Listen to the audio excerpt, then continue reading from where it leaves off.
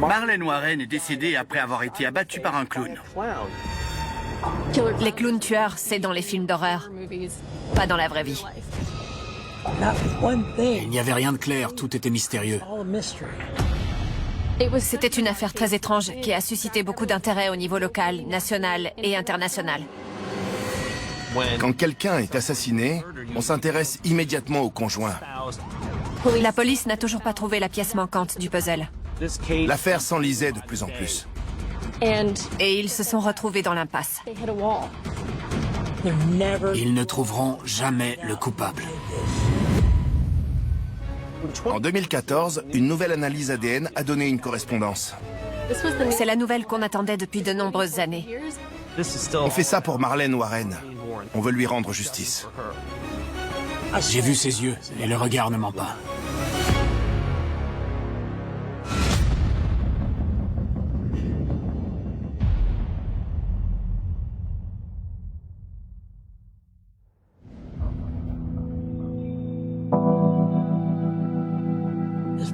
Aussi loin que je me souvienne, mon frère John, mon vrai père, ma vraie mère et moi, on a toujours vécu dans le Michigan.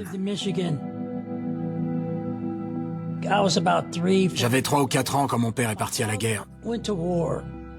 Et quand il est revenu, il n'était plus le même. Il n'a pas réussi à reprendre une vie normale. Il buvait et il faisait plein de choses qu'on ne fait pas en présence d'enfants. Alors ma mère, Marlène, a décidé de le quitter et de déménager en Floride. Ça a dû être dur pour elle. Elle a pris la lourde décision d'être mère célibataire avec 2 garçons en bas âge. Elle voulait qu'on grandisse dans de bonnes conditions et elle s'est consacrée à nous.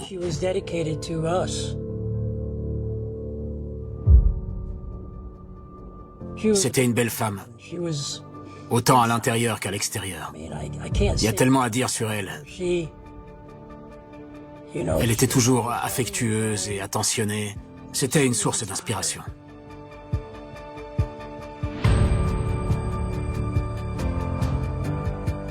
Les mois ont passé et elle a rencontré Mike Warren. Il avait l'air d'un type bien. Il était charmant, il lui faisait des compliments, il disait ce qu'il fallait quand il le fallait. Il se mettait en 4 pour venir en aide aux autres.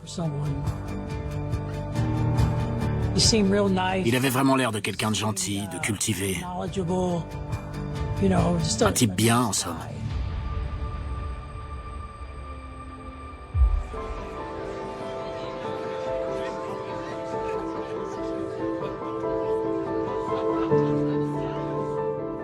Alors ils se sont mariés.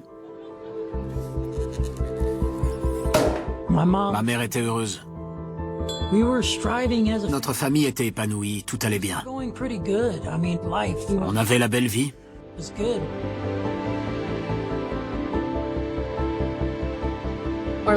Marlène était une mère géniale. Elle était fière de tout ce qu'elle faisait. Et je pense que ça se reflétait dans sa vie. Elle avait du succès. Marlène possédait plusieurs propriétés. En gros, elle était propriétaire et son mari, Mike, récupérait des voitures. C'était une famille occupée. Et de l'extérieur, ils avaient l'air de tout réussir.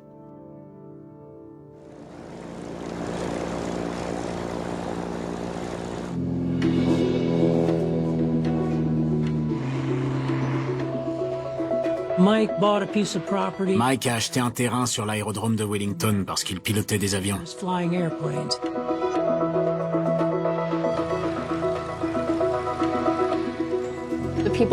Ceux qui vivent là garent leurs avions dans leur jardin. On parle de gens riches. C'est une chance de vivre là. C'est le rêve américain. Wellington a une réputation d'excellence et de perfection. Et c'est vrai que c'était un bel endroit où grandir. On se serait cru dans un conte de fées. Tout était immaculé.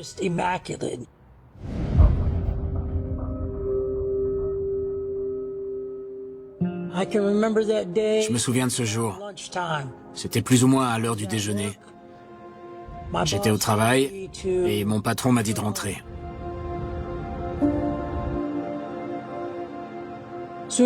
Dès que ma mère m'a vu, elle s'est mise à pleurer et elle a dit « Ton frère est mort, il a eu un accident de voiture. » Je ne sais pas comment te l'annoncer autrement. Je n'avais plus aucune énergie. Je n'arrivais plus à tenir debout.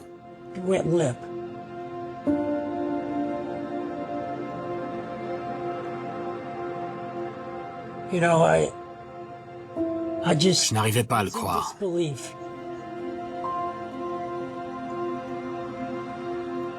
On était totalement anéantis.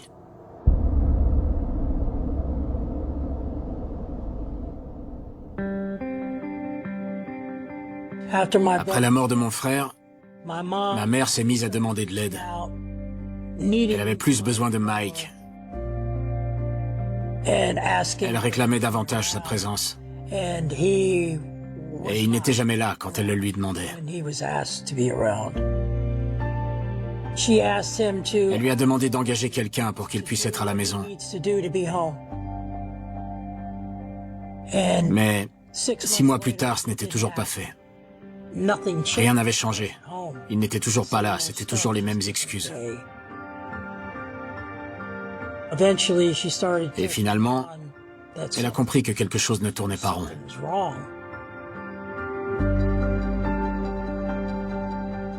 Il avait toujours une excuse. Je dois aller faire ci, je dois faire ça, je dois récupérer des voitures. Il avait une excuse pour tout. Toujours des excuses et jamais de réponse.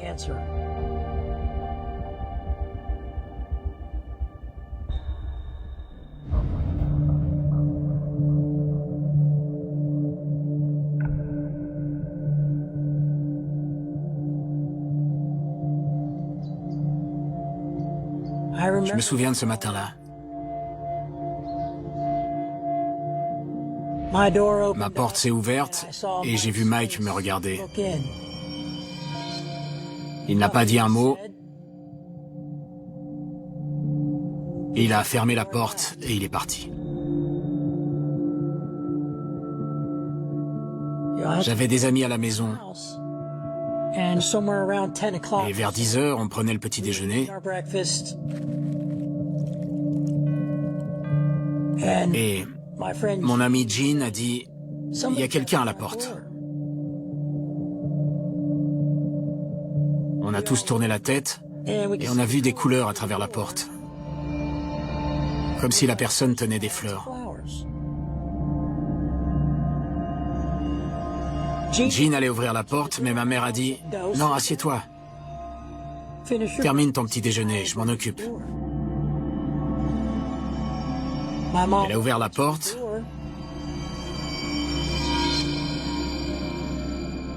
On a entendu « Comme c'est gentil ». Et puis...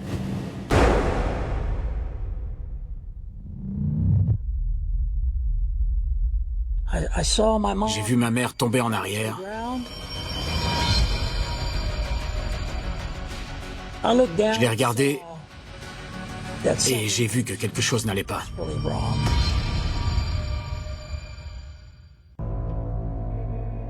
J'ai bondi de ma chaise. Je suis allé à la porte. J'ai regardé dehors. Et j'ai vu un clown.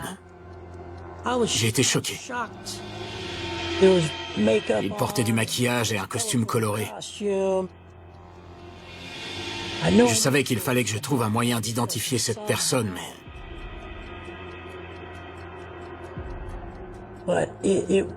mais c'était impossible. La seule chose visible, c'était ses yeux. J'ai vu de grands yeux marrons. Je ne pouvais pas dire si c'était un homme ou une femme. Ce qui m'a le plus marqué, ce sont les bottes et la perruque orange. J'essayais de mémoriser un maximum d'informations.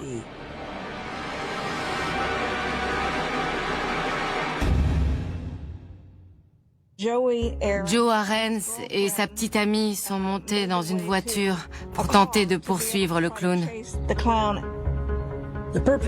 L'assaillant roulait dans une Le Baron blanche. Je conduisais comme un fou. J'aurais pu nous tuer, non seulement nous, mais aussi un passant en suivant cette voiture. Je n'avais jamais conduit comme ça de ma vie. Je grillais tous les feux. Je faisais tout pour rattraper cette voiture. J'ai traversé tout Wellington. Et puis finalement, j'ai compris qu'on ne pourrait pas rattraper cette voiture. Elle avait disparu.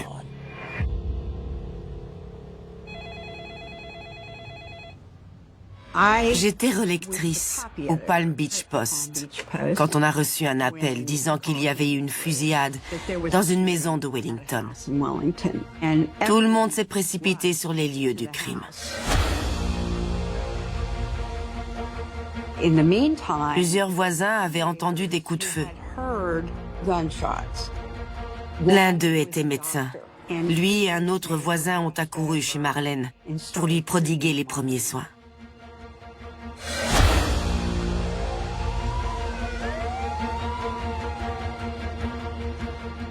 Je suis revenu et ma mère était déjà dans l'ambulance. Ils m'ont dit qu'elle était stabilisée et que ça allait.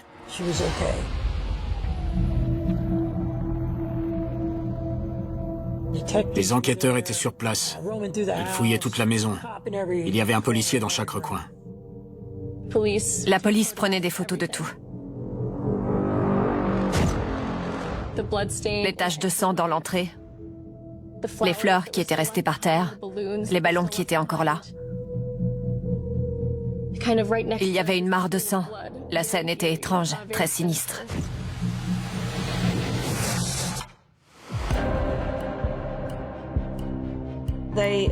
Ils ont interrogé chacun des jeunes individuellement et leurs descriptions variaient toutes légèrement. La plupart d'entre eux ont parlé d'un clown au visage blanc et au nez rouge, donc les infos étaient limitées. D'ordinaire, on vous décrit un homme ou une femme. Mais là, on parlait d'un clown aux yeux sombres. Et c'était à peu près tout. C'était très frustrant de ne pas pouvoir leur donner d'indices plus précis. Quand j'y repense, il n'y avait rien de clair. Tout était mystérieux.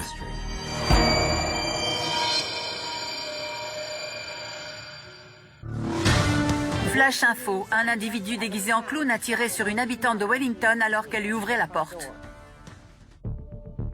Toute la communauté a été choquée par ce fait divers. Et la traque de ce mystérieux clown maléfique a commencé.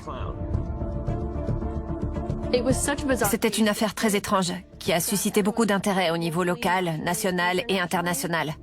Le tireur est un clown qui tient des fleurs et un ballon. Marlène a ouvert la porte et s'est retrouvée face à un clown. Le fait que cette personne soit déguisée en clown a déclenché toute une frénésie de la part des médias. Quelqu'un déguisé en clown est arrivé à la porte avec 2 ballons et un panier de fleurs. Les gens ont commencé à avoir peur des clowns. Il y a quelque chose d'inquiétant chez eux. C'était effrayant. La Floride est connue pour ses crimes étranges. Mais même pour la Floride, celui-ci sort du lot. C'est dans les films d'horreur et à la télé qu'on voit des clowns tueurs. Pas dans la vie réelle.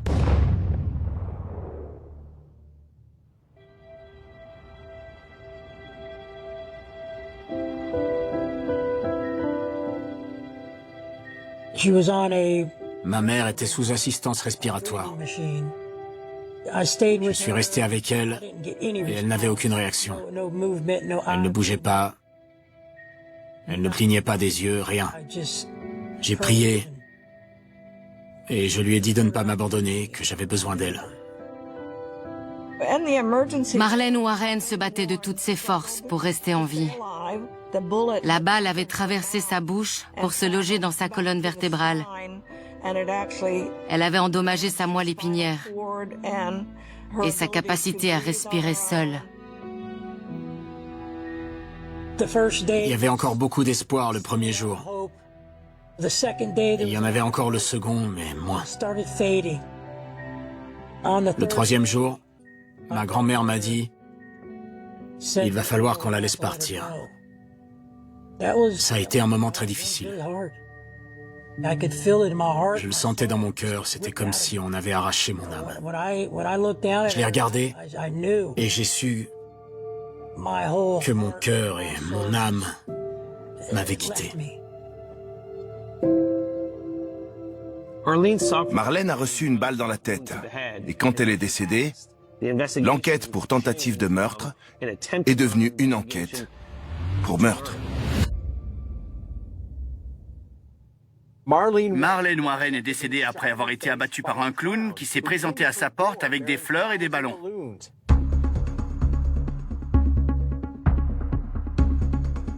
Les enquêteurs ont demandé à Michael Warren s'il avait une idée de qui avait pu commettre ce crime et pourquoi.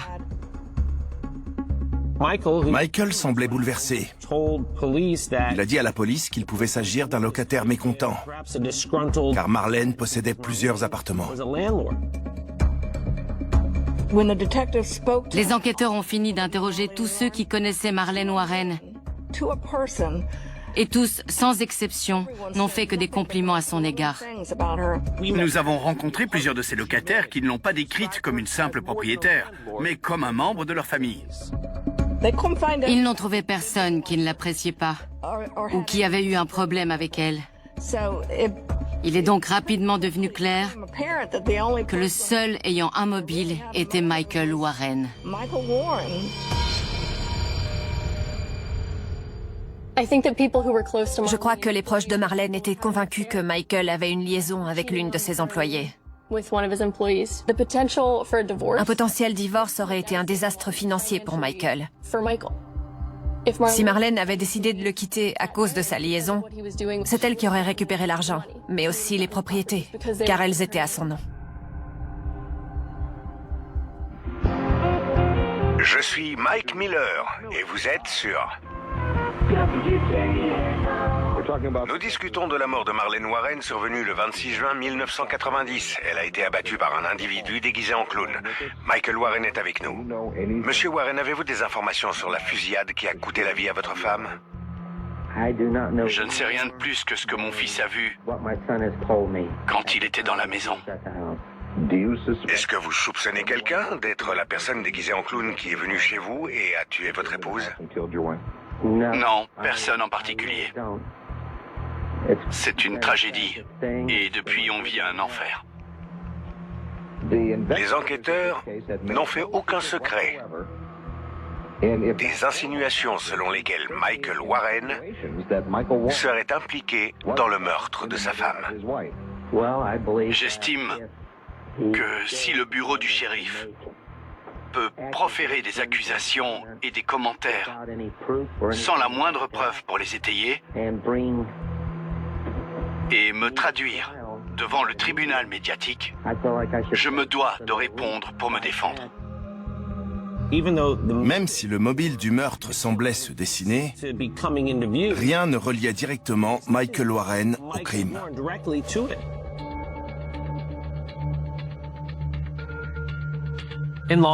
Dans les forces de l'ordre, quand quelqu'un est assassiné, on s'intéresse immédiatement au conjoint. Mais là, Michael Warren était loin du domicile au moment du coup de feu. Il était avec des amis, en route, pour un hippodrome. Il avait donc un alibi solide.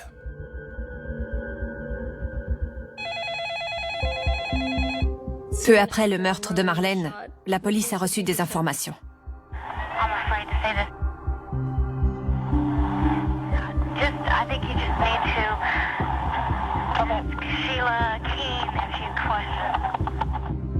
La personne a dit interroger Sheila Keane.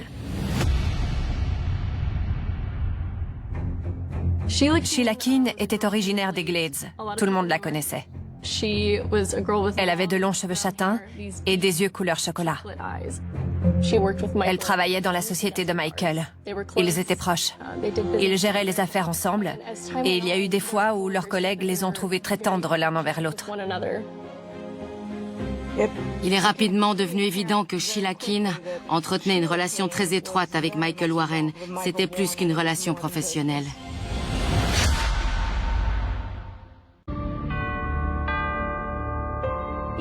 Même pour la Floride, cette affaire est bizarre.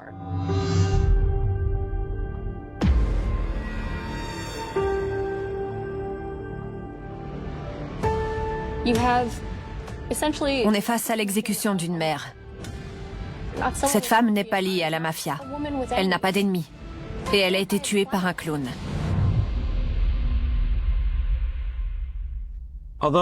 Même s'il était évident pour tout le monde que Michael Warren trompait Marlène avec Sheila Keane, il n'y avait aucune preuve qu'il soit impliqué dans son meurtre. C'est pour cette raison que la police s'est concentrée sur Sheila Keane.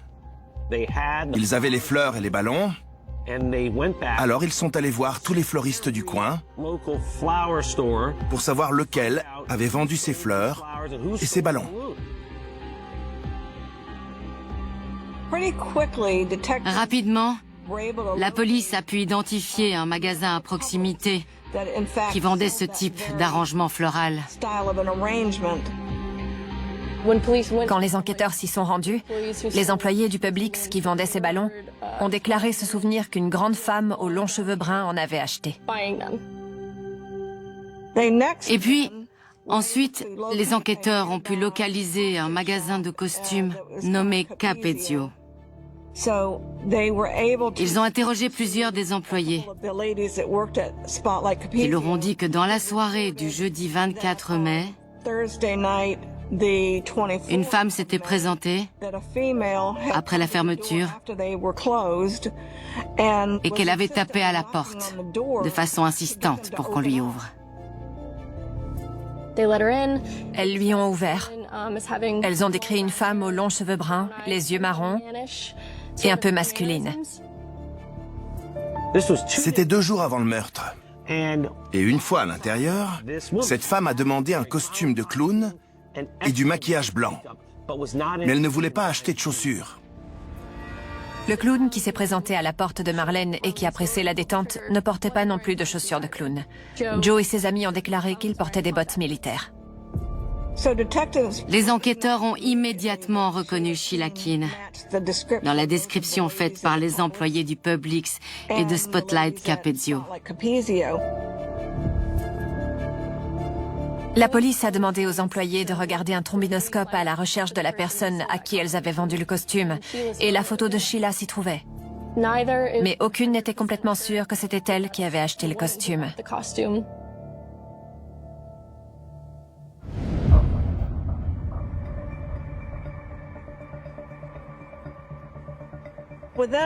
En l'espace d'1 ou 2 semaines, une Chrysler Le Baron a été signalée comme abandonnée sur le parking d'un centre commercial proche. Les policiers sont allés sur les lieux et ils se sont rendus compte que le numéro d'identification de la Chrysler correspondait à celui d'une voiture volée. Non seulement elle a été volée, mais elle l'a été par le garage de Michael Warren. Michael dirigeait une société qui s'appelait E-Bargain Motors, et leur publicité ressemblait à celle d'une société de location concurrente du nom de Payless. Payless avait des publicités pour leur agence de location dans les pages jaunes. Et Michael Warren avait mis son annonce juste à côté, avec en grand Payless, suivi en plus petit de E-Bargain Motors. Donc il arrivait régulièrement que les gens contactent Michael Warren en pensant avoir affaire à Payless. Un couple, les Restivo, a cru appeler Payless alors qu'il s'agissait en fait de Bargain Motors. Ils voulaient prévenir qu'ils étaient en retard pour leur vol, mais qu'ils devaient rendre une Chrysler Le Baron blanche. Michael Warren leur a dit de laisser la voiture devant et qu'il s'en occuperait. Le clown s'était enfui dans une Chrysler Le Baron blanche. Celle qu'un couple avait laissée chez Bargain Motors en pensant la rendre à Payless. Au lieu de régler le problème et de rendre la voiture à Payless, Michael et ses employés l'ont gardée.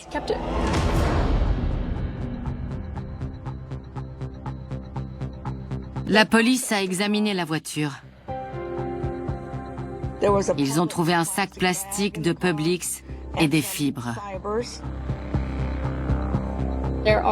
Il y avait des fibres rouges orangées, comme celles qu'on pourrait retrouver sur une perruque de clown. Ils ont aussi trouvé de longs cheveux bruns. La technologie n'était pas aussi avancée qu'aujourd'hui, donc la police n'a pas pu faire d'analyse médico-légale. La voiture n'a pas fourni de preuves concluantes, mais elle a permis d'établir un lien avec Bargain Motors et Michael Warren. Sheila Keane saisissait des voitures pour Michael Warren. Et elle était souvent à l'agence. Les enquêteurs ont convoqué Sheila Keane et ils lui ont demandé où elle se trouvait le 26 mai.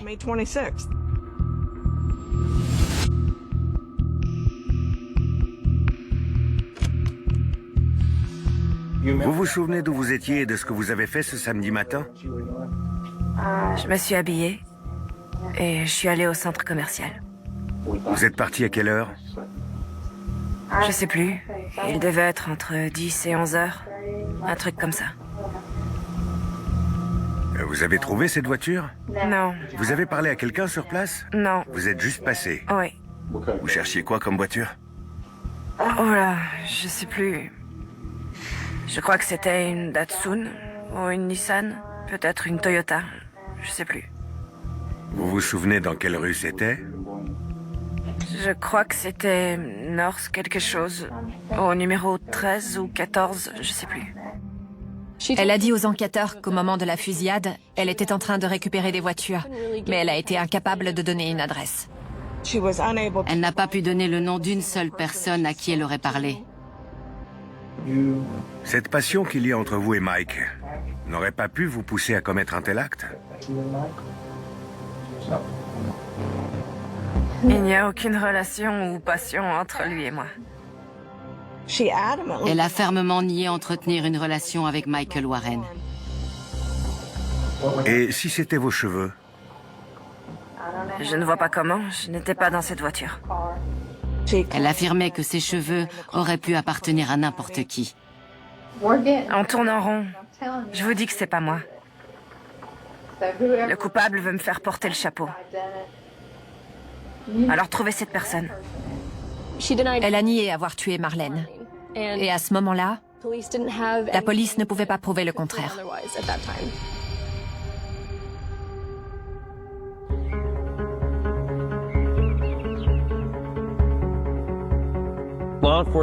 La police a fouillé le domicile de Sheila et y a découvert plusieurs paires de Rangers. Ils n'ont pas trouvé de costume de clown, mais il y avait beaucoup de maquillage blanc, comme celui utilisé pour se déguiser en clown. Mais elle a nié en bloc. Il y avait donc des fibres de perruque de clown dans cette voiture volée, ainsi que de longs cheveux bruns à l'arrière de la voiture. On a la description d'une femme aux cheveux bruns venue acheter un costume de clown la veille du meurtre. Une femme brune a acheté des ballons et des fleurs qui se sont retrouvés près du corps de Marlène. Toutes les pièces du puzzle commencent à s'assembler, mais il n'y a pas assez de preuves pour procéder à une arrestation. Donc les enquêteurs se sont retrouvés dans l'impasse. Ils ne pouvaient plus avancer. Ils étaient incapables de lier Sheila au meurtre de façon incontestable. Je me souviens qu'elle a quitté la ville après son interrogatoire. Elle est partie. Et je me suis dit, c'est pas vrai. Sheila Keane pensait s'en être tirée. Mais même si l'affaire n'a pas pu être résolue, elle n'était pas close. Marlène Warren reste la victime et on veut lui rendre justice.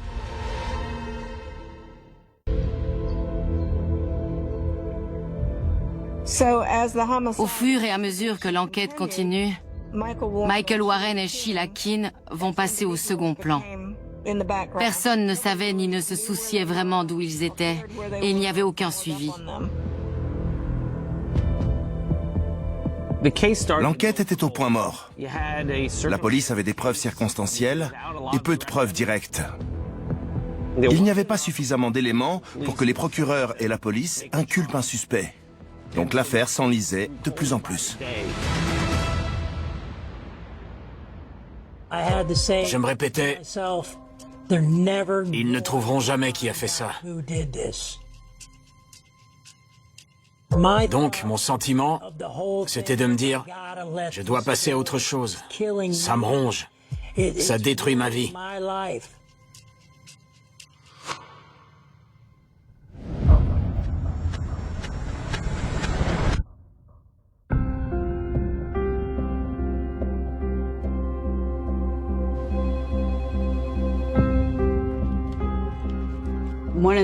Un journaliste du Palm Beach Post s'est intéressé à l'affaire. L'un de nos meilleurs chercheurs s'est exclamé « Ils se sont mariés !» Michael Warren et Sheila Keane se sont mariés et ça a éveillé beaucoup de curiosité.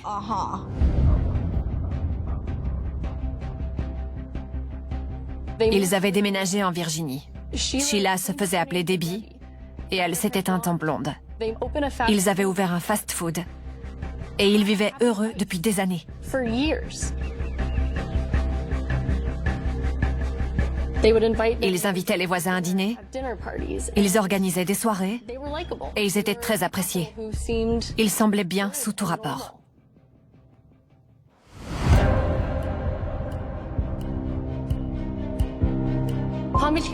Le bureau du shérif du comté de Palm Beach a obtenu une subvention pour rouvrir des dossiers. Et ils ont choisi l'affaire du clown tueur. Je pense qu'ils l'ont choisi à cause de son côté sensationnel. Marlène Warren est décédée après avoir été abattue par un clown. Le clown tueur tenait des fleurs et des ballons. Marlène Warren a ouvert la porte à un clown. C'était une grosse affaire. Ce meurtre était choquant. Je ne pense pas que les enquêteurs s'en soient remis.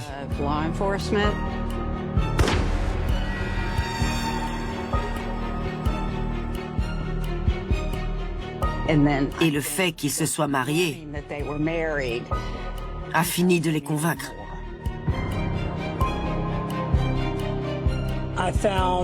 J'ai appris qu'ils avaient rouvert le dossier. J'en ai pleuré tellement ça m'a rendu heureux. Je n'avais jamais ressenti ça avant.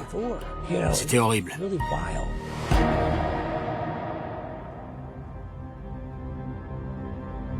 Une nouvelle enquêtrice a repris le dossier. Et elle a passé en revue des indices vieux de plusieurs décennies, parmi lesquels elle a trouvé une fibre d'environ 15 cm. Elle était reliée à l'un des ballons retrouvés sur la scène de crime. Elle l'a fait analyser. Cette fibre correspondait à celle retrouvée dans la voiture utilisée pour s'enfuir et à d'autres retrouvées au domicile de Sheila. La police a enfin une preuve irréfutable que Sheila se trouvait sur la scène de crime. En 1990, ils n'avaient pas la technologie que nous avons aujourd'hui. En 2014, une nouvelle technologie d'analyse a permis de trouver une correspondance ADN avec une mèche de cheveux retrouvée dans la voiture. Cet ADN correspondait à un mélange entre celui de Sheila Keane Warren et d'une autre personne. Ça a été un moment décisif.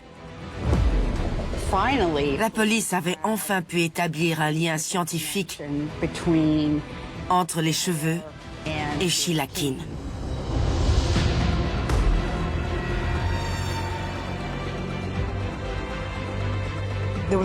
Il y a eu une réunion avec le bureau du procureur et il a été décidé d'arrêter Sheila Keane pour le meurtre de Marlène Warren. On était déterminés à ce que justice soit faite. On voulait qu'elle rende des comptes pour ce qu'elle avait fait. C'était elle le clown tueur. Et elle allait enfin payer.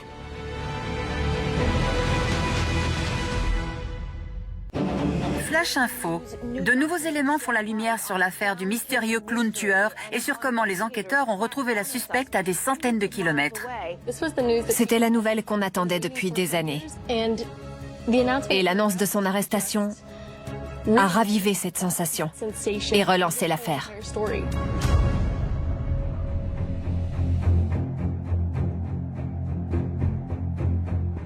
La police surveillait leur maison en Virginie. Ils voulaient arrêter Sheila Keane loin de chez elle. On avait organisé un point de contrôle avec les forces de police. Alors lorsqu'ils l'ont aperçue au volant, ils l'ont fait se ranger.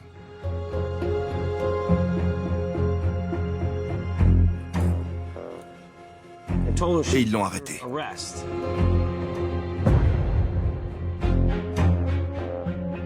Elle n'a même pas demandé pourquoi elle était arrêtée. Sheila Keane n'a posé qu'une question aux policiers.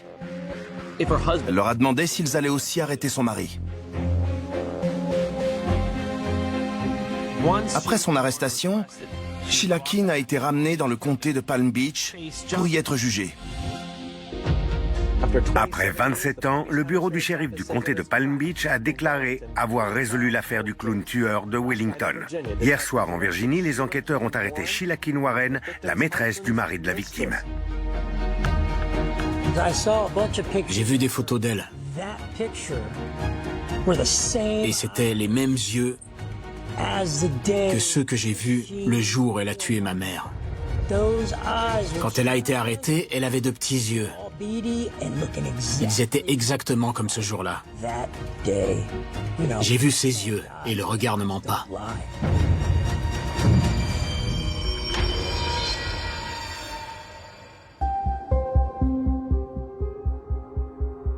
J'aimerais que vous répondiez à des questions qui sont restées sans réponse à l'époque. C'est pas moi. Point final. J'ai rien à vous dire. Vous ne voulez pas donner votre version des faits?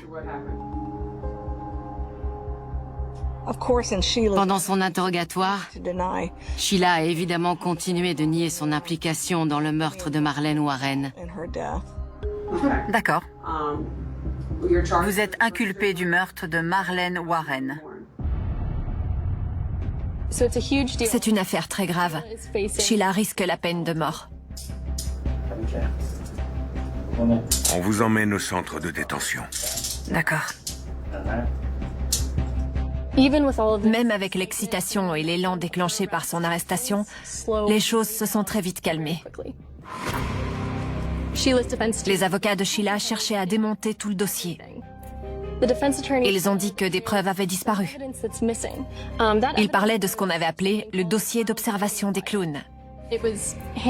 Il était constitué de notes prises par les enquêteurs d'origine. Le dossier contenait une quarantaine de pistes sur des clowns aperçus les jours qui ont suivi le meurtre de Marlène Warren.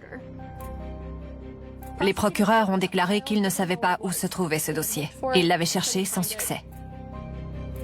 La veille de la sélection du jury, le procureur principal de l'affaire a retrouvé le dossier et l'a donné à la défense. Cela a causé beaucoup de remous,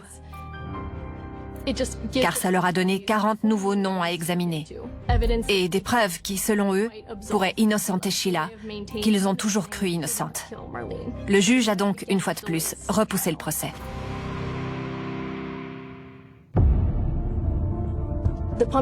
La salle d'épreuve du bureau du shérif du comté de Palm Beach a été inspectée. Et les agents ont découvert que des sacs de preuves, dont ceux de la scène de crime, étaient restés ouverts. Grands ouverts. On était face à un carton rempli de pièces à conviction en mauvais état. Je me suis dit, si j'étais l'avocat d'en face, je réduirais l'accusation en miettes. Je pensais à tellement de choses, je la voyais déjà repartir libre.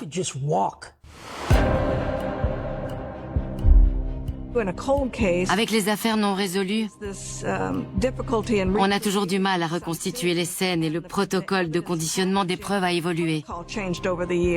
Cela a conduit à de nombreuses manœuvres juridiques autour des preuves pour savoir si elles avaient pu être altérées ou manipulées. Le porte-parole du bureau du procureur a déclaré « Ce n'est pas un problème, nous ne sommes pas inquiets, à moins que la défense ne plaide la contamination des preuves. » 30 ans plus tard, c'est exactement ce qu'il se passe. Et les avocats de Sheila Keene ont même déclaré « Ce n'est pas suffisant pour la mettre derrière les barreaux. » Et au milieu de tout ça, la crise du Covid a éclaté. Et le tribunal est resté fermé pendant plus de 2 ans. Et durant cette période, un témoin clé est décédé.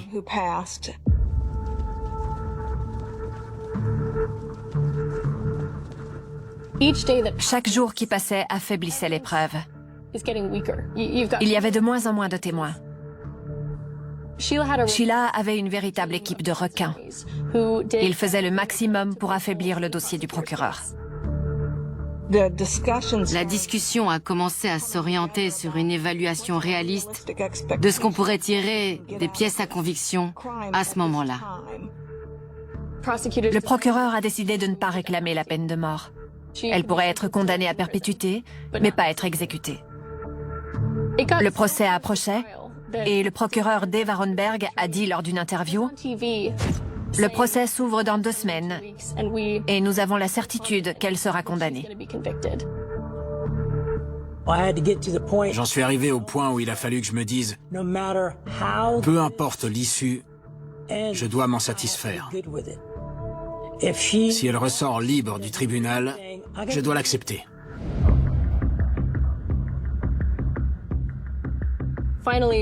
Le procès était sur le point de commencer quand on a appris que Sheila allait plaider coupable dans moins d'1 heure.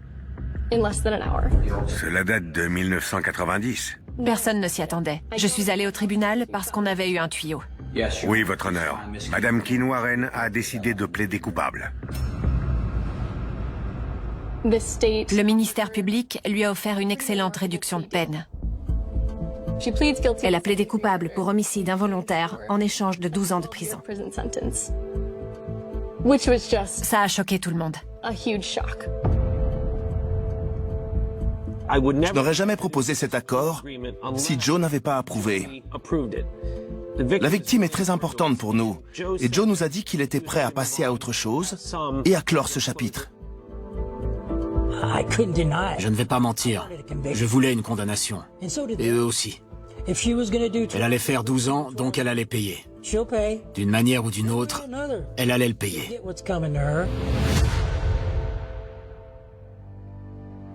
Pendant sa détention, Sheila Keene Warren n'a jamais avoué être le clown tueur. Michael était en voiture pendant le meurtre. Il avait un alibi en béton. Rien ne prouve qu'il ait participé au meurtre de sa femme. Donc, nous n'avons pas suffisamment d'éléments pour l'inculper. Mais si les choses évoluent, on sera prêt.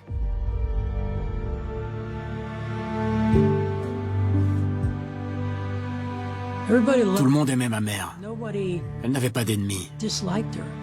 Elle était toujours honnête, attentionnée et à l'écoute de tous ceux qui avaient besoin d'aide. Elle était solaire. Elle riait tout le temps. Et elle voyait le positif partout. Elle m'a transmis ce caractère et c'est une bénédiction.